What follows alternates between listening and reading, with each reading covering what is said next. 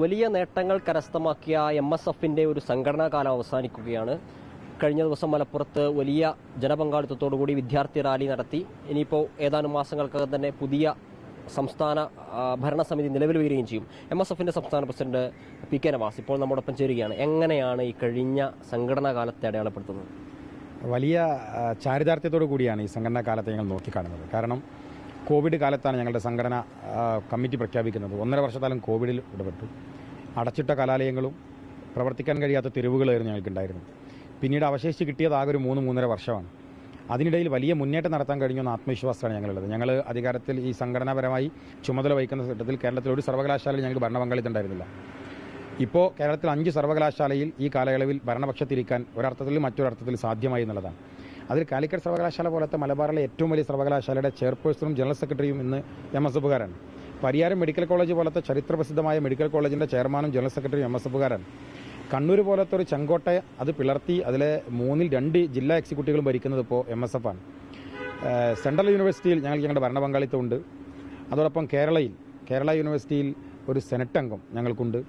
കുഹാസിൽ ഞങ്ങൾക്ക് ഭരണപങ്കാളിത്തമുണ്ട്. അപ്പോൾ വലിയ ചാരിതാർത്ഥ്യത്തിലും സന്തോഷത്തിലുമാണ് ഞങ്ങളുള്ളത്. ഇതിനൊക്കെ അപ്പുറത്തേക്ക് തിരഞ്ഞെടുപ്പ് വിജയങ്ങൾക്ക് അപ്പുറത്തേക്ക് ഞങ്ങൾക്കുള്ള വലിയൊരു സന്തോഷം എന്താണെന്ന് വെച്ചാൽ സംഘടനാപരമായി ശക്തി ആർജിക്കാൻ കഴിഞ്ഞു എന്നുള്ളതാണ്. ഇപ്പോൾ നിങ്ങൾക്കറിയാം, ഞങ്ങളുടെ സമ്മേളനം കഴിഞ്ഞു. വലിയ റാലിയാണ്. കേരളത്തിലെ വിദ്യാർത്ഥി സംഘടനയും അത്ര വലിയ റാലി നടത്തിയിട്ടില്ല എന്നാണ് ഞാൻ വിശ്വസിക്കുന്നത്. ഇതിനു മുൻപ് ഞങ്ങൾ പ്രവർത്തനം ആരംഭിക്കുമ്പോൾ വേര് സമ്മേളനം ഞങ്ങൾ നടത്തുമ്പോൾ വലിയ സമ്മേളനമാണ്. കേരളത്തിലെ വിദ്യാർത്ഥി രാഷ്ട്രീയത്തിൻ്റെ ചരിത്രത്തിലേക്ക് അടയാളപ്പെടുത്താവുന്ന ഏറ്റവും വലിയൊരു സമ്മേളനമാണ് അന്ന് ഞങ്ങൾ നടത്തിയത്. അപ്പോൾ അങ്ങനെ സംഘടനാപരമായി കരുത്താർജിക്കാൻ കഴിഞ്ഞു. യൂണിറ്റ് തലം മുതൽ സംസ്ഥാന തലം വരെ സംഘടനാ പ്രവർത്തകന്മാർക്ക് ഊർജ്ജം നൽകാനും ആത്മവിശ്വാസം നൽകാനും ഈ പുതിയ കാലത്ത് പ്രത്യേകിച്ച് ജെൻസി തലമുറ രാഷ്ട്രീയത്തിലേക്ക് വരുന്നുണ്ടോ, ഇത്തരം ആക്ടിവിറ്റികൾ ഉണ്ടോ എന്ന് സംശയിച്ചിരിക്കുന്ന ഒരു കാലത്ത് ഇത്ര വലിയ ഇടപെടൽ നടത്താൻ കഴിഞ്ഞു എന്നുള്ളതും കൊണ്ടുവരാൻ കഴിഞ്ഞു എന്നുള്ളത് വലിയ ആത്മസംതൃപ്തിയാണ്. ആ പറയുന്ന സമയത്ത് തന്നെയാണ് പുതിയ തലമുറ രാഷ്ട്രീയത്തിലേക്ക്, വിദ്യാർത്ഥി രാഷ്ട്രീയത്തിലേക്ക് വരുന്നുണ്ടോ എന്നുള്ള പ്രധാനപ്പെട്ട ചോദ്യം ഉയർന്നു നിൽക്കുന്നു. അതോടൊപ്പം തന്നെ പെൺകുട്ടികളുടെ കടന്നുവരവിനെ പലതരത്തിലുള്ള എതിർപ്പുകൾ മതപരമായി ഉണ്ടാവുന്ന സാഹചര്യത്തിൽ MSFന് അതൊരു വെല്ലുവിളിയായിട്ട് നേരിടേണ്ടി വരുന്നുണ്ടോ? അല്ല, മുസ്ലിം ലീഗിനെയും MSFനെയൊക്കെ സംബന്ധിച്ച് അതത് കാലത്തിൻ്റെ വെല്ലുവിളികൾ ഏറ്റെടുത്താണ് സംഘടന മുന്നോട്ട് പോയത്. നമുക്കറിയാം, 1948 ഞങ്ങൾ ഈ പാർട്ടി ആരംഭിക്കുന്ന ഒരു ഘട്ടത്തിൽ ഞങ്ങളുടെ മുമ്പ് ഒരു അജണ്ട ഉണ്ടായിരുന്നു. പതിതമായൊരു സമൂഹത്തെ കൈപിടിച്ച് ഉയർത്തുക എന്നതാണ്. അത് 70കളിലേക്ക് എത്തിയപ്പോൾ ഞങ്ങളെ സംബന്ധിച്ച് വിദ്യാഭ്യാസപരമായി അതിന് മുന്നേറ്റം നൽകുക എന്നതായിരുന്നു. അപ്പോൾ നിങ്ങൾക്കറിയാം, PMS പൂക്കോയ തങ്ങളുടെ അവസാനത്തെ പ്രസംഗം നിങ്ങളുടെ പെൺകുട്ടികളെ പഠിപ്പിക്കണം എന്നതാണ്. CHന്റെ പ്രസംഗം അങ്ങനെ ആയിരുന്നു. സിദി സാഹിബിൻ്റെ പ്രസംഗം അങ്ങനെ ആയിരുന്നു. അതിൻ്റെ കാരണം എന്താ വെച്ചാൽ, ഒരു സമൂഹത്തിൻ്റെ പെൺകുട്ടികൾ പഠിച്ചാലേ ആ സമൂഹം ഉയരൂ എന്ന ഒരു കാഴ്ചപ്പാടാണ് ഞങ്ങൾക്കുണ്ടായിരുന്നു. 70കളിൽ ഞങ്ങൾ ആ അജണ്ട നിർവഹിച്ചു. അതുകൊണ്ടാണ് പെൺകുട്ടികൾക്ക് സ്കോളർഷിപ്പ് ലീഗ് മന്ത്രിമാർ നടപ്പിലാക്കിയത്. അതുകൊണ്ടാണ് 1 മുതൽ 10 വരെ പിന്നുള്ള പഠനം സൗജന്യമായിട്ട് കേരളത്തിൽ നടപ്പിലാക്കുമ്പോൾ ഒരു ലീഗ് മന്ത്രി അതിൽ ഒപ്പുവെച്ചത്. ലീഗിൻ്റെ മന്ത്രി എല്ലാ ഹൈസ്കൂളുകളും കൊണ്ട് പഞ്ചായത്ത് തലങ്ങൾ ഹൈസ്കൂളുകൾ ഉണ്ടാണെന്ന് തീരുമാനിച്ചത്. ഹയർ സെക്കൻഡറി സ്കൂളുകൾ എല്ലാ പഞ്ചായത്തിലും ഉണ്ടാണെന്ന് തീരുമാനിച്ചത് ലീഗ് മന്ത്രിയാണ്. എല്ലാ നിയോജകമണ്ഡലത്തിലും നിയമസഭാ നിയോജക മണ്ഡലങ്ങളിലും പിന്നെ കോളേജുകളുണ്ടാകണമെന്ന് തീരുമാനിച്ചത് ലീഗ് മന്ത്രിയാണ്. കേരളത്തിലെ എല്ലാ സർവകലാശാല, കേരളത്തിൽ ആദ്യം നിർമ്മിക്കപ്പെട്ട കാലിക്കറ്റ് സർവകലാശാല മുതൽ കേരള രൂപീകരണത്തിന് ശേഷമുള്ള എല്ലാ സർവകലാശാല ഉണ്ടാക്കുമ്പോൾ അവിടുത്തെ വിദ്യാഭ്യാസ മന്ത്രി ഒന്നൊഴികെ ബാക്കി എല്ലാ സർവകലാശാലയുടെയും വിദ്യാഭ്യാസ മന്ത്രി ലീഗാണ്. അപ്പം ഞങ്ങൾ അത്രയേറെ പ്രാധാന്യം നൽകി വിദ്യാഭ്യാസത്തിന് മുന്നോട്ട് കൊടുത്തു. 90കളിലേക്ക് എത്തുമ്പോൾ ഇന്ത്യയിലുണ്ടായ ബാബരി മസ്ജിദ് ധ്വംസനവുമായി ബന്ധപ്പെട്ടുണ്ടായിട്ടുള്ള വർഗീയമായ ചെറുതിരിവുണ്ട്. ആ സമയത്ത് ലീഗിന് അജണ്ട ഉണ്ടായിരുന്നു. ഈ അന്നേരം വർഗീയതയിലേക്ക് വിട്ടുകൊടുക്കാതെ ഒരു ജനതയെ കൈപിടിക്കണം എന്നുള്ളതാണ്. ഇപ്പോൾ ഒരു 2000-ന് ശേഷം വിദ്യാഭ്യാസപരമായി വലിയ ബൂമിങ് കേരളത്തിലുണ്ടായി. സ്വാഭാവികമായി ഈ സമൂഹത്തിനകത്തും അതുണ്ടായി. 15-നും 20-നൊക്കെ ഇടയിൽ ഞങ്ങളെ സംബന്ധിച്ച് എല്ലാത്തിനും പ്രാപ്തമായ വലിയ വിദ്യാഭ്യാസമായ പക്വമായ പെൺകുട്ടികളും ആൺകുട്ടികളൊക്കെ ഉള്ളൊരു സംഘടനയായി ഞങ്ങൾ മാറി. സ്വാഭാവികമായി ഞങ്ങൾ അടുത്ത സ്റ്റെപ്പിലേക്ക് കടക്കണം. അതിൻ്റെ ഘട്ടമായിരുന്നു സാദിഖ് അലി ശിഹാബ് തങ്ങളുടെ നേതൃത്വത്തിലുള്ള ഘട്ടം.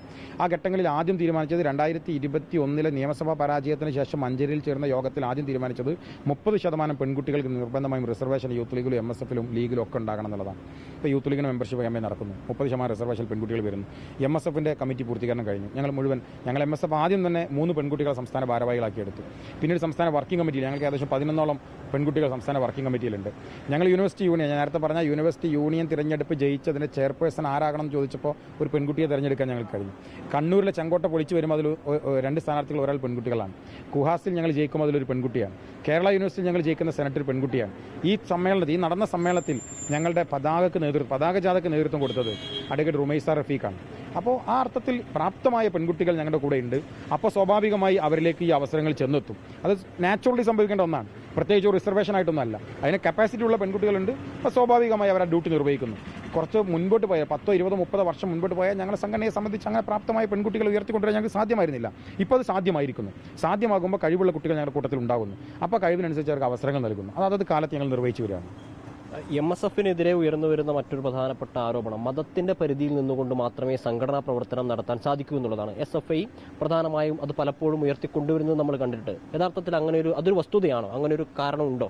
അല്ലാതെ നിങ്ങൾ പരിശോധിക്കും, നിങ്ങൾ മാധ്യമങ്ങൾ അത് പരിശോധിക്കും. മതത്തിൻ്റെ ചുറ്റുവട്ടത്തിൽ നിന്നുകൊണ്ട് മാത്രമാണോ MSF പ്രവർത്തിക്കുന്നത്? ഇപ്പോൾ ഞങ്ങളുടെ സംസ്ഥാന ഭാരവാഹി ഒരാൾ അഖിൽ കുമാർ ആനക്കയമാണ്. അയാൾ പിന്നെ മതത്തിൻ്റെ ഭാഗമായി നിന്നാണോ ഈ രാഷ്ട്രീയത്തിൽ പ്രവർത്തിക്കുന്നത്? ഞങ്ങളെല്ലാ മതസ്ഥരും ഞങ്ങൾക്കിടയിലുണ്ട്. ഇപ്പം നയന സുരേഷ് ഞങ്ങളുടെ ഹരിതയുടെ ഭാരവാഹിയാണ്, സംസ്ഥാന ഭാരവാഹിയാണ്. അപ്പോൾ അങ്ങനെ ഞങ്ങൾ എല്ലാവരും ചേർന്ന് തന്നെ പ്രവർത്തിക്കുന്നത്. പിന്നെ മതം ഉപേക്ഷിച്ച് പ്രവർത്തിക്കണം എന്ന് പറഞ്ഞാൽ അതൊന്നും സാധ്യമാകുന്ന കാര്യമല്ല. ഞങ്ങൾ വിശ്വാസികൾ എന്ന രീതിയിൽ മതപരമായി അത് ഉയർത്തിപ്പിടിക്കണമെന്ന് വിശ്വസിക്കുന്നവർ തന്നെയാണ്. മതപരമായി നല്ല ഉറച്ച വിശ്വാസി, ഇപ്പം വ്യക്തിപരമായി ഞാൻ നല്ല ഉറച്ച വിശ്വാസിയാണ്. മതപരമായ ഐഡൻറ്റിറ്റി ഒക്കെ ഉയർത്തിപ്പിടിച്ച് പ്രവർത്തിക്കുന്നു. അത് ഈ രാജ്യത്ത് അതിന് സ്വാതന്ത്ര്യം ഉണ്ട് എന്ന് ഞാൻ വിശ്വസിക്കുകയാണ്. മതപരമായ എൻ്റെ ഐഡൻറ്റിറ്റിയെ ഉയർത്തിപ്പിടിക്കാനുള്ള അവകാശം എനിക്കുണ്ട്. പിന്നെ ലീഗ് അല്ലെങ്കിൽ MSF, യൂത്ത് ലീഗ് അതൊരു മതപരമായി പ്രവർത്തിക്കുന്ന സംഘടനയല്ല, ഒരു സാമുദായിക സംഘടനയാണ്. ഒരു സാമുദായിക സ്പിരിറ്റ് ഞങ്ങൾ സംസാരിക്കാറുണ്ട്. മതമല്ല ലീഗ് പറയുന്നത്, സാമുദായികതയാണ്. അത് തിരിച്ചറിയാത്ത SFIയുടെ പിന്നെ വിവരക്കേടാണ് അത്തരം വാദങ്ങൾ ഉന്നയിക്കുന്നതെന്ന് മാത്രമാണ്. ഈ മതം എന്താണ്, സമുദായം എന്താണ് എന്നും സാമുദായികത എന്താണെന്നും മതരാഷ്ട്രവാദം എന്താണെന്നും തിരിച്ചറിയാൻ കഴിയാത്ത പുതിയ കാലത്തെ SFI നേതാക്കന്മാരുടെ പാപ്പരത്വമാണ് അത്തരം ആശയങ്ങളെക്കുറിച്ച് അവർ സംസാരിക്കുന്നതിന് പുച്ഛിച്ച് തള്ളുകയാണ് കേരളം. അത്രേ അതിൽ പറയാനുള്ളൂ. കാരണം അതിന് എന്തെങ്കിലും റെലവൻസ് ഉണ്ടായിരുന്നെങ്കിൽ ഈ പറഞ്ഞ വിജയങ്ങളൊന്നും ഞങ്ങൾക്ക് ഉണ്ടാകുമായിരുന്നില്ല. അവരാ പറഞ്ഞ കാര്യങ്ങൾക്ക് എന്തെങ്കിലും റെലവൻസ് ഉണ്ടാകുമായിരുന്നെങ്കിൽ തിരുവനന്തപുരം മുതൽ കാസർഗോഡ് വരെ എല്ലാ സർവകലാശാലയും ഞങ്ങൾക്ക് മുന്നേറ്റം ഉണ്ടാകുന്നു. സാധ്യമാകുന്നില്ല. അപ്പോൾ അവരെക്കാൾ വിവരമുള്ള, അവരെക്കാൾ കാഴ്ചപ്പാടുള്ള ഒരു പുതിയ വിദ്യാർത്ഥി സമൂഹത്തിനിടയിലാണ് നമ്മൾ നിൽക്കുന്നത്. എനിക്ക് SFI നേതാക്കന്മാരോട് ഒന്നേ പറയാനുള്ളൂ, കേരളത്തിൻ്റെ വിദ്യാഭ്യാസ മേഖലയിൽ പ്രവർത്തിക്കുന്ന വിദ്യാർത്ഥികളുടെ ആവറേജ് നിലവാരമെങ്കിൽ SFIയുടെ നേതാക്കന്മാർക്ക് ഉണ്ടായാൽ അവരുടെ ചിന്തയോടൊപ്പം നിങ്ങൾക്ക് സാധിക്കുന്നത്. അവരുടെ ബിലോ ആവറേജ് ആയതുകൊണ്ടാണ് അവർ പറയുന്നതിനെ തള്ളിക്കൊണ്ട് വിദ്യാർത്ഥികൾ ഞങ്ങൾ കൂടെ നിൽക്കുന്നത്. മറ്റൊന്ന്, വലിയ നേട്ടം ഈ സംഘടനാ കാലയളവിൽ കരസ്ഥമാക്കി വസ്തുതയാണ്. ആ സമയത്ത് തന്നെ സംഘടനക്കകത്തു നിന്ന് ഉയർന്നു വന്നിട്ടുള്ള ചില വിവാദങ്ങൾ, അവരൊക്കെ തിരിച്ച് യൂത്ത് ലീഗിൻ്റെയൊക്കെ ഭാരവാഹിത്വത്തിലേക്ക് വരികയും അല്ലെങ്കിൽ പല തദ്ദേശ സ്ഥാപനങ്ങളിലും ഉയർന്ന പദവിയിലിരിക്കുകയൊക്കെ ചെയ്യുന്നുണ്ട്. അത് ഏത് രീതിയിലായിരുന്നു ആ സമയത്ത് അത് ബാധിച്ചത്? ഹരിത വിവാദത്തെ പറ്റിയാണ് ചോദിക്കുന്നത്. സ്വാഭാവികമായി മാനുഷികമായി സംഭവിക്കുന്ന വേദനകളിലൂടെ കടന്നുപോയി എന്നല്ലാതെ ഒരു പാർട്ടി, ഞങ്ങൾക്ക് എല്ലാവർക്കും ഒരുമിച്ച് നിൽക്കാൻ ഒരു സ്പേസാണ് പാർട്ടി എന്ന് പറയുന്നത്. അന്ന് പാർട്ടി ഒരു തീരുമാനം എടുത്തു, ആ തീരുമാനത്തെ എല്ലാവരും അംഗീകരിച്ചു. ഇന്ന് പാർട്ടി ആ തീരുമാനങ്ങളൊക്കെ പിന്നെ റീഷേപ്പ് ചെയ്ത് എല്ലാവരെയും അക്കോമഡേറ്റ് ചെയ്യണമെന്ന് പറഞ്ഞ് എല്ലാവരും അക്കോമഡേറ്റ് ചെയ്ത് മുന്നോട്ട് പോകുന്നു. അതിൽ പ്രത്യേകിച്ച് അങ്ങനെയൊന്നുമില്ല. പിന്നെ 5 വർഷം മുമ്പത്തെ ഒരു ചോദ്യമാണ് നിങ്ങൾ ചോദിക്കുന്നത്. കാലം ഏറെ മുന്നോട്ട് പോയി. അപ്പോൾ സ്വാഭാവികമായി ആ കാലത്തുണ്ടാകുന്ന തർക്കങ്ങൾ, വിഷയങ്ങൾ അതിലൊക്കെ പാർട്ടി കൃത്യമായി ഇടപെട്ടിട്ടുണ്ട്. മെറിറ്റോറിയസായി പാർട്ടി കൈകാര്യം ചെയ്തിട്ടുണ്ട്. ആരെയും മാറ്റി നിർത്തപ്പെടേണ്ടതല്ല, എല്ലാവരും ചേർന്നതാണ് പാർട്ടി, എല്ലാവരുടേതുമാണ് പാർട്ടി. അപ്പോൾ ഞങ്ങളെല്ലാവരും ഒരുമിച്ച് പാർട്ടിയെ ശക്തിപ്പെടുത്തുന്നതിന് വേണ്ടിയുള്ള പ്രവർത്തനങ്ങൾ മുന്നോട്ട് പോകുന്നു. അത് അനുസ്യം മുന്നോട്ട് പോകും.